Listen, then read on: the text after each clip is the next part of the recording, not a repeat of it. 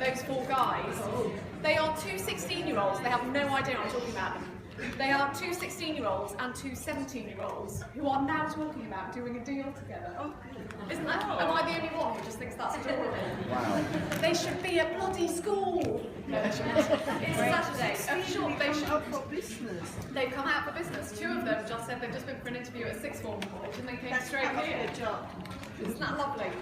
Okay, we are going to talk about how to start a business in the sharing economy. We have three amazing sharing economy businesses and then a brand that supports growth in the sharing economy. So I'm going to ask first of all each of my panellists to say who they are, the business they're from, and what the sharing economy means to you. And starting with Sophie. Hi everyone, I'm Sophie Neary. I'm a non-exec director, one of the founding directors of Vroomie.com. We are, in a nutshell, Airbnb for the workplace. So we connect people who've got rooms sitting empty during the day with some of the 4.6 million self-employed businesses in London and around the UK with space for them to use during the day. So what does the sharing economy mean to us? I think it means a lot of opportunity, and it's very exciting to be at the cusp of one of the sharing economy businesses here in the UK. And I think if I look back, so I started working in 1993, and in those days you sort of had a job for life, and it was one job, and you stayed with the company for 25 years, and you took your pension, and you had this great longevity of careers. And now I really think that the whole way that we work is changing so much. So people don't just have one job, they maybe have 2 or 3 jobs. And the whole opportunity, I think, around the sharing economy for us from a Vroomie standpoint is how do we fill a need that is finding places for people to work and connect with other people. And I also think the lovely thing about the sharing economy is it's just that. It's all about sharing, it's all about community, and it's all about collaboration. And I think perhaps as humans, we love that connectivity, we love that interaction, and I think that's one of the nicer halo effects of being involved in the sharing economy business. And sorry, just Pete, before you go on, so just on Vroomie.com, what I love, Sophie, about Vroomie.com is I guess you're also helping people make money out of their house. Yes. So just talk us through how that happens. So if anyone lives in accommodation, how can they benefit from Vroomie? Yeah, so Vroomie, if you have a room that is unused during the day, you can list your room on Vroomie.com, and we connect you with people looking to use space during the daytime. So it's different from Airbnb, where you might not necessarily feel comfortable about strangers coming into your house overnight.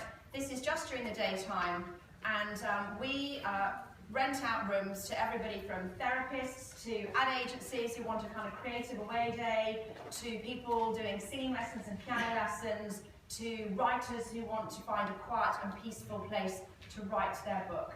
So if you rent out one room a day for, let's say, just a very modest £40 a day, once a week, you can get an additional £2,000 a year income through Vroomie. So again, particularly in the UK, people put so much money into whether it's owning flats or renting flats, yet we close the front door at 8 o'clock in the morning and trot out to work and don't come back again until 6 o'clock in the evening. So this allows you, for your main asset, to make money for you whilst you're not around during the day. Lovely. What is the oddest thing you've ever had booked on Vroomie? Oh, well, I really like the singing lesson. I don't say it was particularly odd, but I really like the singing lesson. And then we did have an anger management therapy session, which was actually held in my house, and it was 13 people coming for anger management. And I was a little bit hesitant because I thought, well, what happens if they all get really angry together? But they didn't, and the therapist obviously was a very good therapist because it was all very successful. All very calm. Okay, Yeah, we're going to come on to this very critical point about letting so-called strangers into your home and then what even deals with that, I guess, from an insurance and just a whole trust perspective. But Pete, tell us about Mott.com. Yeah, sure. So I've just started a new company actually. It's called Elder, so I'll get a plug-in for that straight away. Elder's a marketplace that connects professional carers with customers across London. But before that, I founded a company in 2012 called Mott, which grew to be the biggest home services marketplace in the UK. So if you needed a cleaner, a handyman, you could get it really quickly by app. So we went from kind of one customer in London to 150,000. And yeah, then we sold the business in 2014 to Handy. Handy.com were the biggest marketplace in the US. And so yeah, the last year we've been working with Handy, and now we've just started Elder, which is sometimes sharing economy can be a bit misleading. With us, it's kind of bringing together kind of an underutilized supply, and then people that are much in need on the demand side, and kind of creating a marketplace experience around it. And when you first started Mop.com, so Mop.com still is, but was when you launched, a place where people could find cleaners to come into their home and clean their home. Yeah. Did the sharing economy even exist in 2012? I'm trying to think when Airbnb started. Were you ahead of your time? Did you even know you were a sharing economy business? I don't think so. Yeah, it's a tough one. I think at the time, I think there's a few companies just getting going. Kind of Airbnb were really starting to explode in the space. But no, I think it was kind of, I think 2013 was the big, the channel shift. There was kind of a lot, I think you'd seen like food, Just Eat, a lot of companies the 5 or 6 years before had gone. Transportation had started kind of 2011 with Halo, Uber in the US. And I think 2013 was kind of a breakout for home services, kind of more transactional end-to-end. For us it was cleaners, but there was other services being done. That was, you definitely started to, that was 2013 and 14 were kind of the explosive years, I'd say. And now it's so established, it's got its own industry association, which we'll come back to in a minute. But just again, Pete, just staying with you, do you think that part of the Handy acquisition of Mop.com, and we had that question before that came to our $1 million startups about how do you make yourself the next big thing, was part of the reason why they acquired you because you were a sharing economy company which they could see was on the up? I think it's something I think in this industry there's a lot of questions now about is actually what Handy does, is it explicitly sharing? Kind of implies there's a certain relationship where actually we're more what's called business transactional, where people, it's real service into business, so it's not as pure as Rumi, I think, was in the pure sense as a sharing economy business. But I think definitely from Handy and Mop, it was the biggest market player in the UK and then the biggest player in the US, so in terms of economies of scale and strategy, it was a really good thing to kind of put us together. Because it means the 2 most valuable markets, New York and London, were kind of under one roof.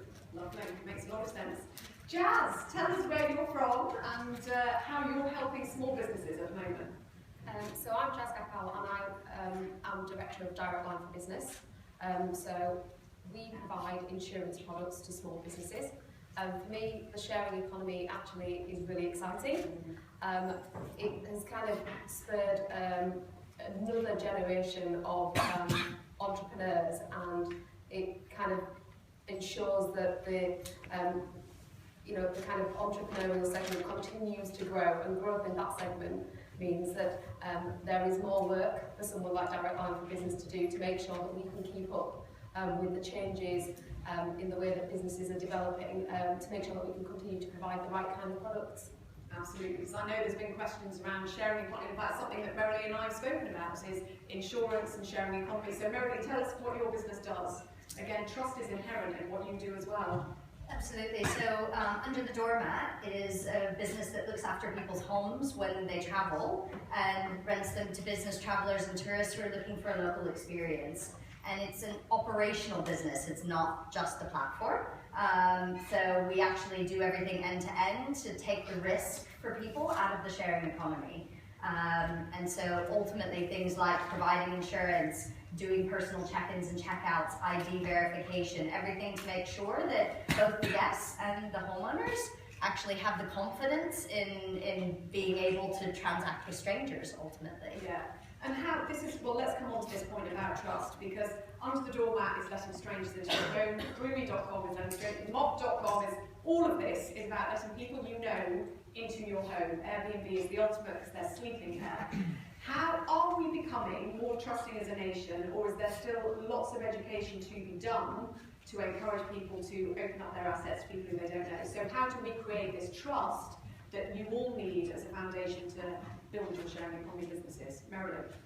So I think trust is at the foundation of it, and ultimately it's about sharing the experiences, because when people first heard about it, most people said, oh my God, I would never let a stranger in my home, and I would never just give them the keys to sleep in my home when I'm not there. And actually, as people know other people who've done it, who've had great experiences, who are earning money from it, and really loving that they get amazing feedback about their home, and people who come and have incredible experiences that they go and talk about as a result of them being open, then people are much more willing to try it and have good experiences themselves.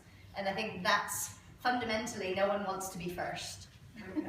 Pete, how did you even get people to be first then when you first launched in 2012? Yeah, it was a tough one, because I guess with Mark, one of the good things was that it wasn't new. Kind of Airbnb was new when it arrived. We were cleaning, which is probably one of the oldest businesses out there. In terms of, are you saying in terms of generating customers? That was the old stuff. So we didn't have any, before we raised any venture capital, we do the old situation. So actually a shout out to Paddy, who's over there. And we started in Barton's Boardroom in East London in Bethnal Green, which was fantastic. So there was 2 of us, and we'd use that as our base to go and do the usual flyering.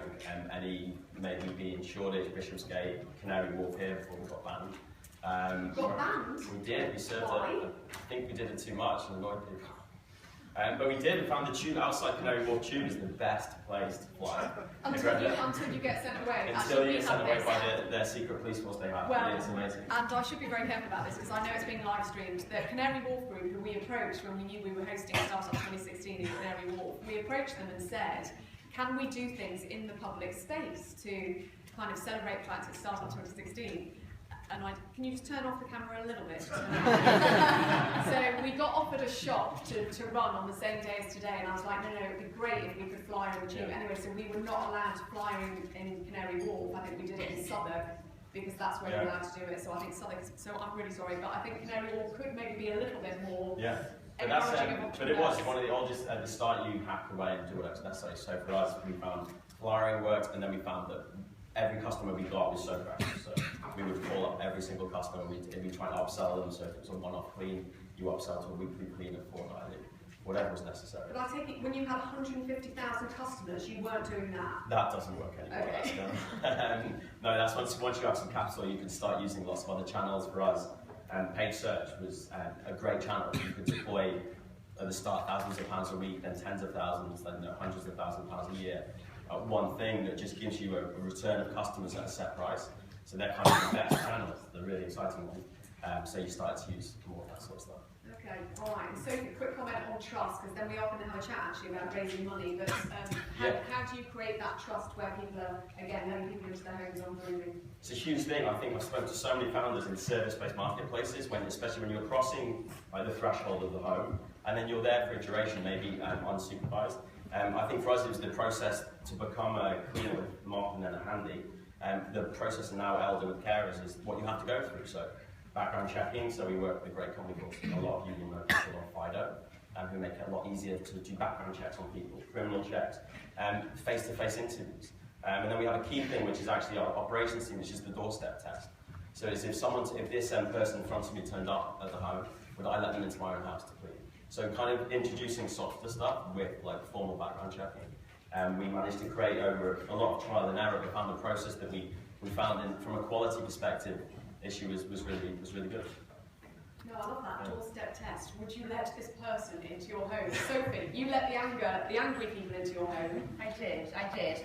And let's just comment slightly on the terrible irony of the fact that we're in Canary Wharf, where 2 of the biggest banks in the UK are headquartered who support businesses, and the Canary Wharf company won't let us fly to support small and medium-sized enterprises. If we had spoken to HSBC, who we love, they would have let us do it. Because I have huge respect for HSBC. They're here with us today. We love everything they do. They're super supportive. No, I genuinely mean that. So I think if we had spoken to somebody else, it would have happened, but we didn't. But anyway.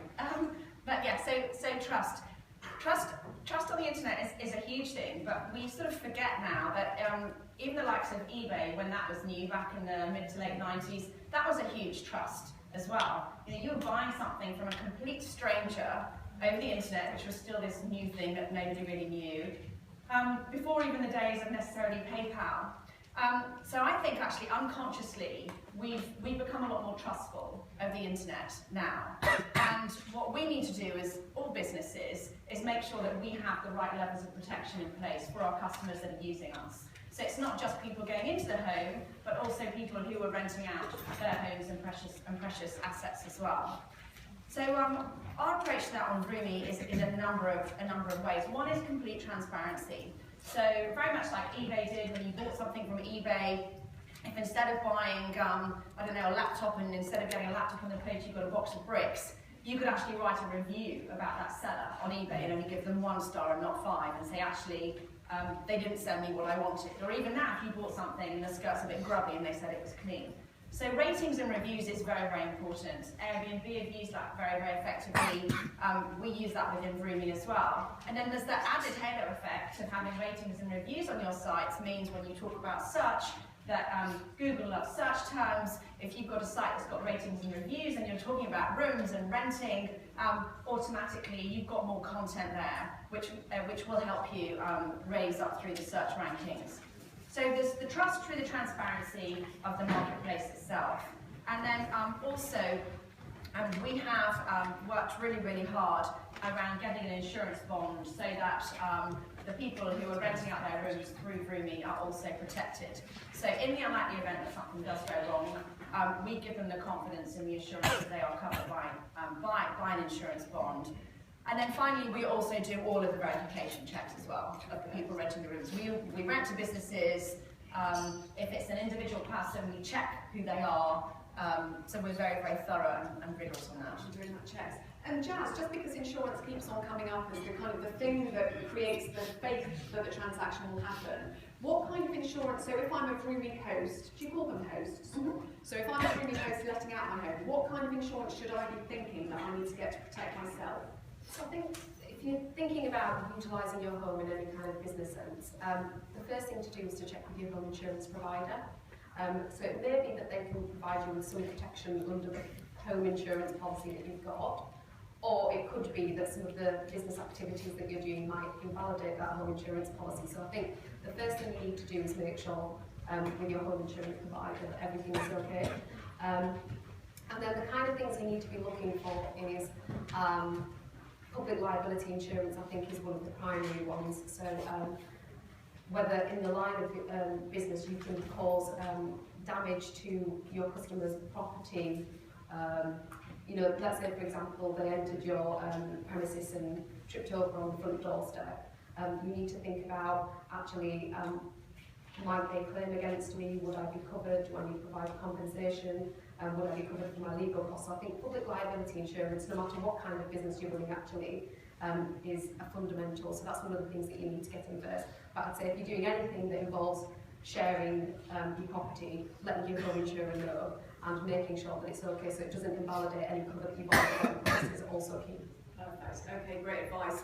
Final quick question for me just before we open up for a couple of minutes is around fundraising. So I know, Vroomi, you've just done a crowdfunding, and I know we did have a session upstairs today which included Crowdfunder. You crowdfunded on Cedars.com.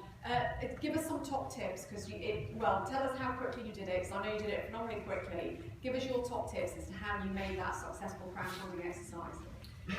So Vroomi is the second startup that I've done successful crowdfunding on, and we've raised over £1 million now, both through Vroomi and also Opta.com, which is a mobile shopping platform that I'm also involved with. The key thing about crowdfunding is not to believe that you just put your business up on the crowdfunding platform, whichever one it might be, and that the money is going to come raining in. That absolutely is not how it works. The way to make any crowdfunding campaign work is obviously to have everything in place around a rock-solid business plan. Personally, I believe your proposition has got to be very, very clear and simple and pass what I will call the granny test. If you give your documents to your granny and she can understand it, then I think you're good to go on a crowdfunding platform. If you're putting up a business plan that's full of buzzwords and keywords and talks new world gobbledygook, it's not going to fly, because what investors on those platforms are looking for is clarity of vision, simplicity of purpose, and something that they can get behind. The other thing that you absolutely have to do is success breeds success on those platforms. So when you list on whichever platform you go on, you need already, I would say, about 25 to 30% of your fundraising target already committed. So if you're looking to raise £1 million, You need to know that the day that you open, you're going to have £300,000 in your account within the next 48 hours, because the velocity of how fast money is added boosts you up, whether it's the Series platform or any of the other ones, boosts you up to the top because you're like the fastest raising, and success breeds success. So then you get a bit of a buzz, and you get people coming to look at you who might not necessarily have looked at you before. But you absolutely have to have some money in the bank first, or some money banked first, and you absolutely have to be rock solid on your clarity of your vision, and you have to have a very, very straightforward business plan. I've seen business plans on there where they're spending more money than they're planning to raise, and just stuff that is just not, going back to what Will was saying, good old-fashioned common sense, and make sure it passes the ground test. And just before we move on from crowdfunding, now you've raised on Seeders.com, how many investors do you have? Oh my God, that's a great question. I don't know. Okay. Hundreds. I was going to say, I'm sure it's in the kind of 3 figures, because I see everybody saying it's maybe about 150. So once you've done the crowdfund, my question always is, when you've got 150 investors, is, oh my goodness, how do you manage the fact you've now got 150 people who, I don't know, do they want an element in the decision making in the company? How do you manage investors? That's a great question. Well, that's one of the beauty of the crowdfunding platforms, is actually they manage, and that's why you give them a commission, is they manage all of the administration, because they each need shareholder documents, and you have to sign a lot of documents. But as a combined entity, we obviously have shareholder rights obligations to communicate them and update them on a regular basis. But even as a combined entity, they don't own enough to vote. But obviously, we are very open and transparent in the plans of the business, and include them in all of the sort of communication that they would want to have. Brilliant. Okay. And Pete, you mentioned that you started in Buzz Tub to Boardroom, which is, as you say, a brilliant facility, still heavily going in East London, in that amazing building that was apparently meant to be pulled down. Yeah, it's amazing, isn't it? It's like a converted, this huge building is a converted church. I think actually the Arctic Monkeys recorded one of their albums there, and then it got turned into a co-working space.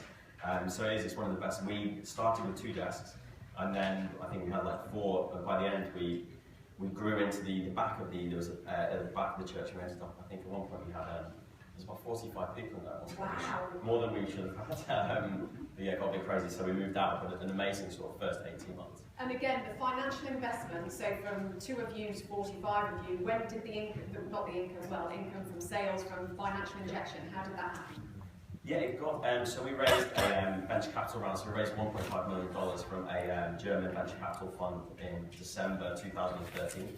And yeah, we really focused in terms of getting the investment, we focused on traction. So I think in a lot of businesses, not all of them, if it's a SaaS product and you have a lot of product, but you need to show growth. And so for us, we focused on getting customers and cleaners and making the bookings happen. And so at the point of the raise, I think we were doing about 1,000, we weren't huge, about 1,000 bookings a month. So not very big, but I think it showed a curve that they thought that they might not be completely wasting their money coming with us. And then it's interesting, so that was an interesting process. And then with the new company, we just raised a 7-figure seed round from a fund, but came from it, we built, there's a really good blog, I don't know if you really put both sides of the table, and by a guy called a venture capitalist in America called Mark Suster. And he does this great blog post about lines, not dots. So investors, and it really struck with me. So investors, they like lines. So build a relationship over time rather than just meeting them once and expecting a check. And so the fund that backs us this time for the new business, we've known now for about 3 years. We met them regularly, so it's kind of interesting as you go on to another business how it can be different dynamics. There to back you again. And a quick question for you on tax, which is another thing I have actually with the sharing economy, is what happens about the tax. So I'm not being rude, but previously to mop.com, a lot of cleaners, I'm thinking, would be cash-in-hand businesses. Yeah. So that means the taxman doesn't get to know. I say this when we're in KPMG offices. Oh my goodness, and I've just seen Clive Lewis from the Institute of Chartered Accountants walk in, so let's have this conversation quietly. Does the sharing economy and making it transparent and open and easy for people who own apartments and houses to connect with cleaners, does that bring that into the taxable economy? I mean, it does, because I guess it brings there is definitely a great element to the cleaning, less so now with people like ourselves and other companies, but there's a great element where a lot of unclarity, and so sometimes you have to think, if you're a self-employed cleaner, for anyone, doing a tax assessment's hell. I find it impossible. So, it's really, really difficult. So I think we've done well, with communication, how do you actually do this? This is how it works.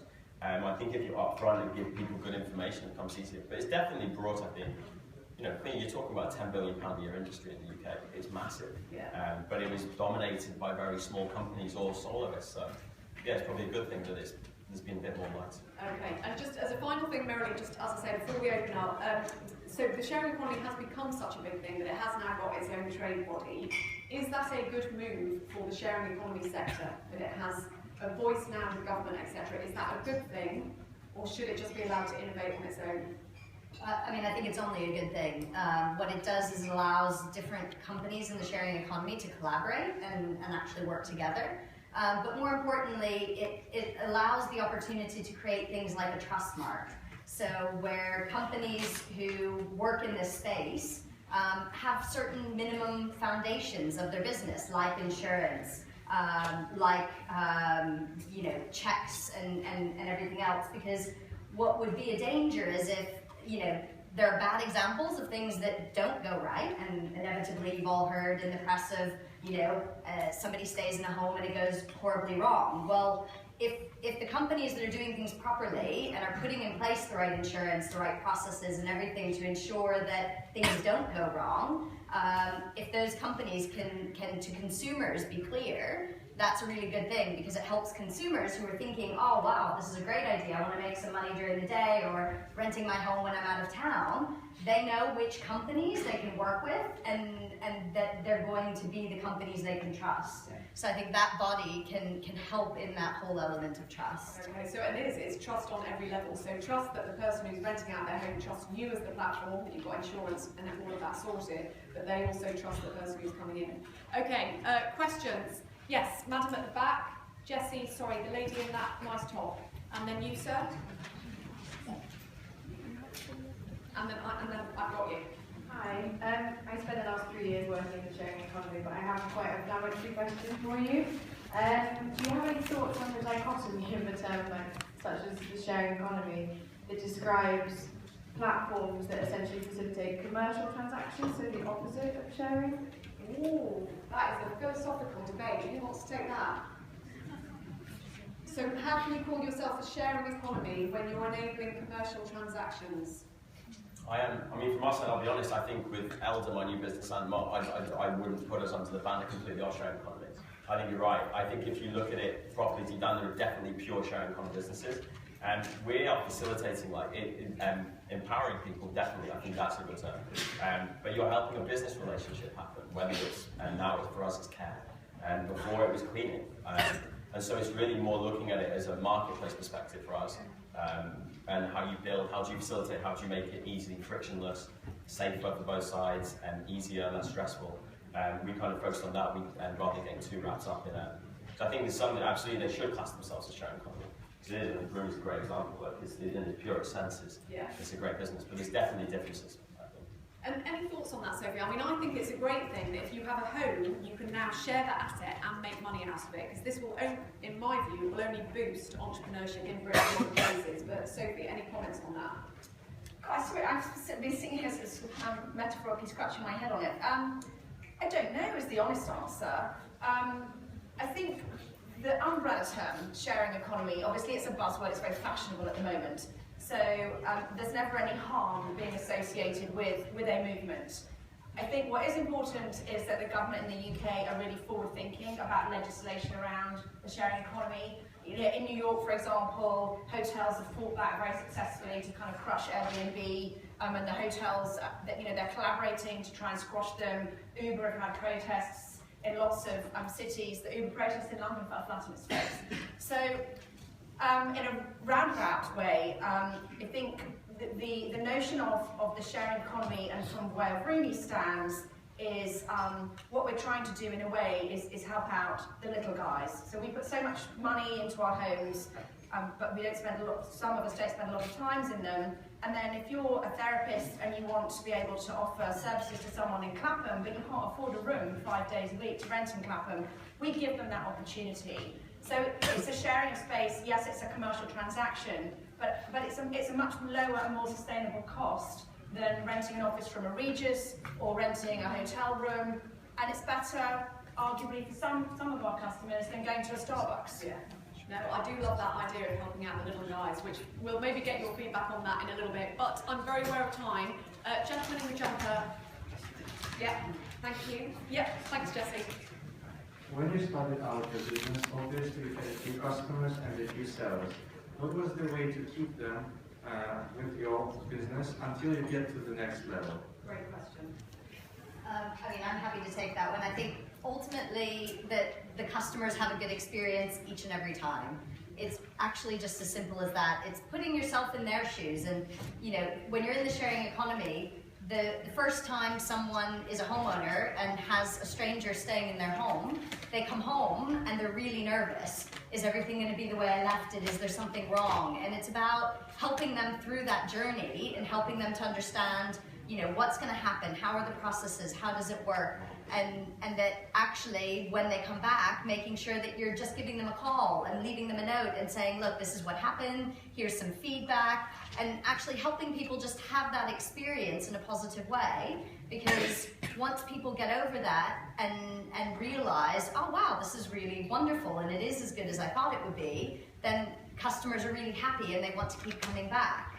And on the guest side, to be honest, actually that's really easy, because you're providing people a home in the same way that Rumi provides a home for businesses.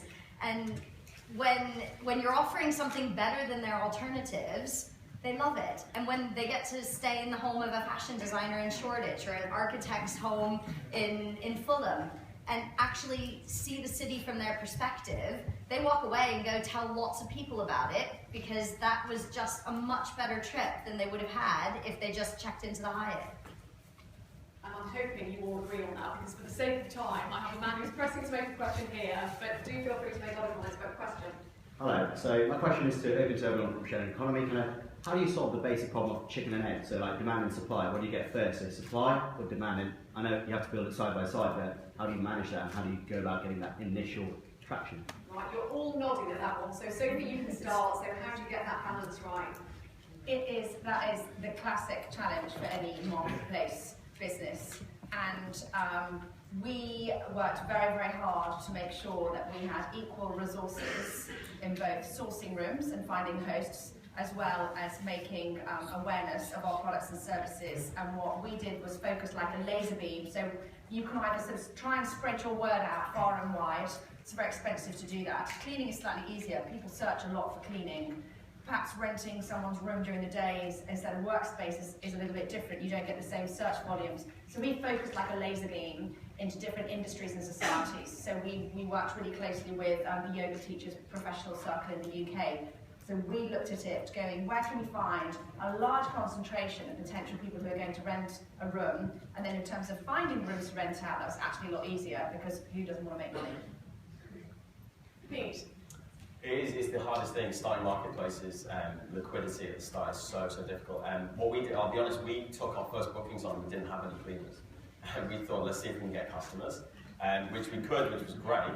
So for the initial ones, we would then scramble to find, we'll be honest, when it was just Tom and I, we didn't interview them in Starbucks when we were still in our jobs. I thought what you were going to say, when it's Tom and I, we just went out and did the cleaning ourselves. I was hoping to say that would be the better story. So we do that, and then as we grew, I'll be honest, for us it was, if you're a cleaner, what you really want to do is you want to have a stable supply of work and jobs. So for us, the challenge was to build demand as quickly as possible, keep the cleaners. So we try not to have to. You want to just have a stable number. But what you really need to do at the start is we oversupplied the market. So we made sure we had probably more cleaners than we needed, but it meant that we always fulfilled on the customer side. And then what they call kind of the liquidity flywheel, kind of supply and equals demand, and then it starts turning. Yeah, but just on that, so how do you keep the cleaners happy if they didn't have so much work? So why didn't they just leave you guys and go to a different platform, for example? I guess for them sometimes it's a case of where else do you go? Like I think we were probably the best performing one out there in terms of, so we could get them a lot of work. If they wanted more than some, then we no doubt about it, we churn through. You know, we have a lot of cleaners that get awarded, and you look at retention and where it stands, but you basically do the best you can, and you'll have hopefully a core supply that will keep the business going forward.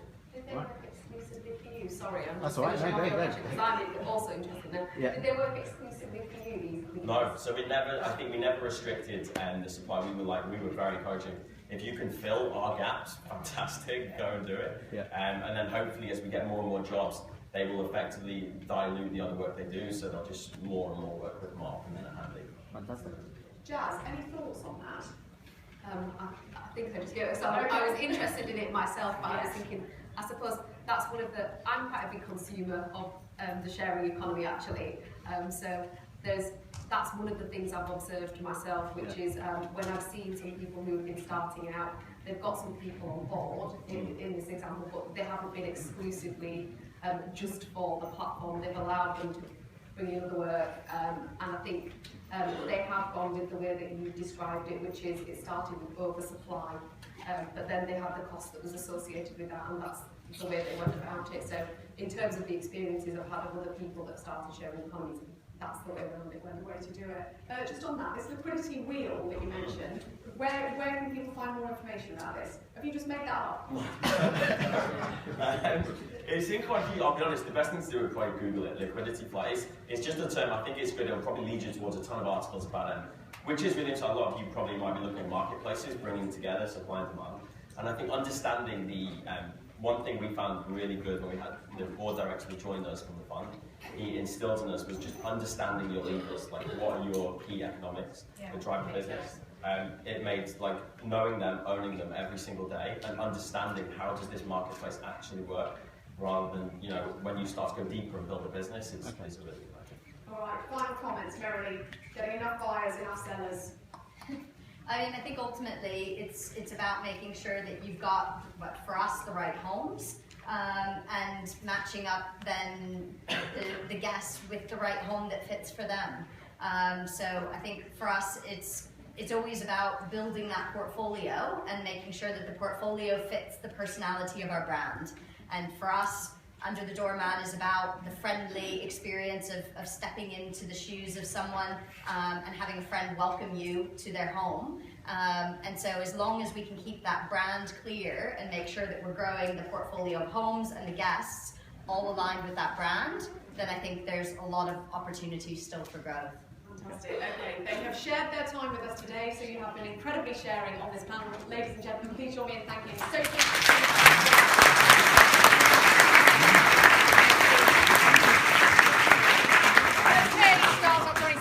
We are on our final presentation in keynote, and on our final presentation I'm 2 minutes late, which I don't think is too bad for timekeeping, but if you're happy we'll